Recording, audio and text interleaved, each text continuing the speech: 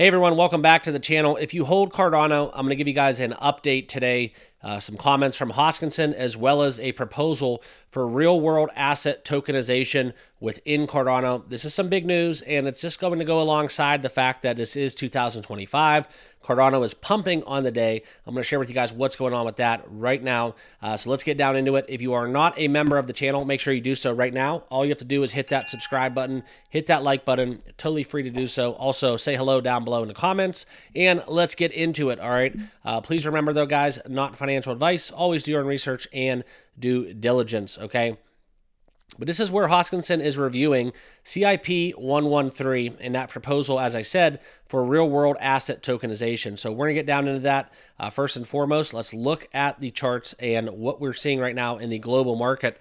Crypto's up. It's booming, right? 2025, we got rid of the washes that people were taking at the end of 2024, and now crypto is resuming its course. And Cardano trading at 97.7 on the day, still in the top 10, ninth in total market cap. It's been a great week and day, despite having a 21% dip in the month, the last 30 days, where we were as high as $1.23. And then since then, guys, people taking profits, washing out some losses, all that good stuff. And now we are back in trading for 2025. So for me, guys, if you've watched my content, you know where I stand with Cardano, one of my largest holdings. I did have to absolve myself of some losses, and then we were able to buy that right back. So we are back into Cardano, and now we are trading, looking for that move where Cardano gets up, and as always, guys, continues that course where I do think that we eventually, maybe not this year, but we do hit that $9 to $12 price target. That was my initial kind of hope and dream, and the reason why I bought it in Cardano is because I believed in it. And now as we trade and start off what's hoping to be the next altcoin bull cycle for 2025, hopefully resuming that course and that trajectory where we were hoping to regain that territory. So I know for everyone watching, probably holders of Cardano, you just kind of have to keep it into the back of your mind, right?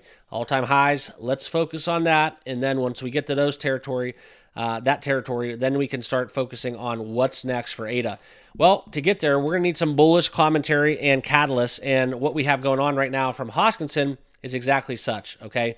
So I am going to break that down for you guys, like I said earlier in the video. If you're not subscribed, make sure you do right down below, okay? But Hoskinson right now, shifting gears a little bit, okay? Turning to CIP 113, that's where it's going to standardize programmable blockchain assets. Now, Hoskinson acknowledged the proposal made with a tweet and provided some feedback, okay? I'm going to share with you guys what's going on, but they look to collaborate within development, the proposals development team within Cardano developer JJ Seiler, assessing how CIP 113 would align with Cardano's broader strategy for RWAs.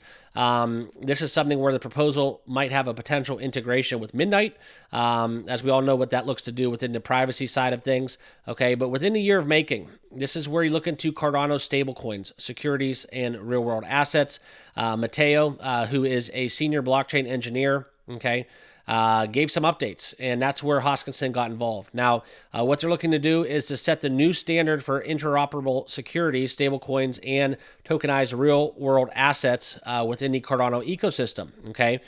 So that's kind of where you have to look into the security by ensuring tokens cannot leave the account without explicit transactions.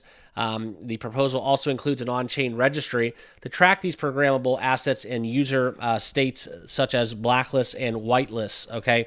That's going to strengthen compliance and asset management. Now, with ERC20, CIP 113 looks to kind of uncouple itself from the need to token delegation and reducing the security risks along the way.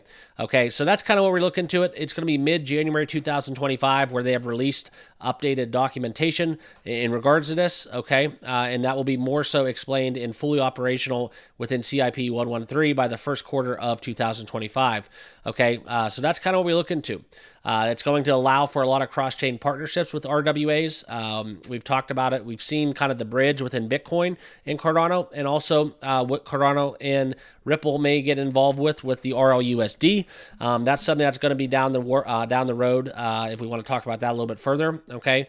But this is kind of what it all stems down to. Hoskinson seeing the new opportunities in DeFi and asset management, the more broader implications that lie within. And this is something that's really bullish because the kind of naysayers for ADA have always been kind of pinned in the corner where Cardano really just doesn't do anything, and they're not modern. They're just techie. They're scientific in their approach, and it's just not attractive to new users. Well, now within a new, what it's seemingly looking like to be a hybrid issuance system, okay, native assets within enhanced ledger features, that could unlock a lot of new opportunities within DeFi and asset management, okay?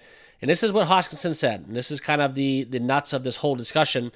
The goal, he states, is to make Cardano the premier platform for tokenizing and managing real-world assets securely, efficiently, and compliantly. Now, that's what's bullish, okay? That's a statement from the founder talking about plans for Cardano to get them more use cases and more interoperability that's going to allow for more users, volume, all that good stuff that's going to obviously, in turn, cause Cardano's price to benefit, okay? And that's kind of what we look into. All right, so that's kind of what we have going on. It's a bullish announcement.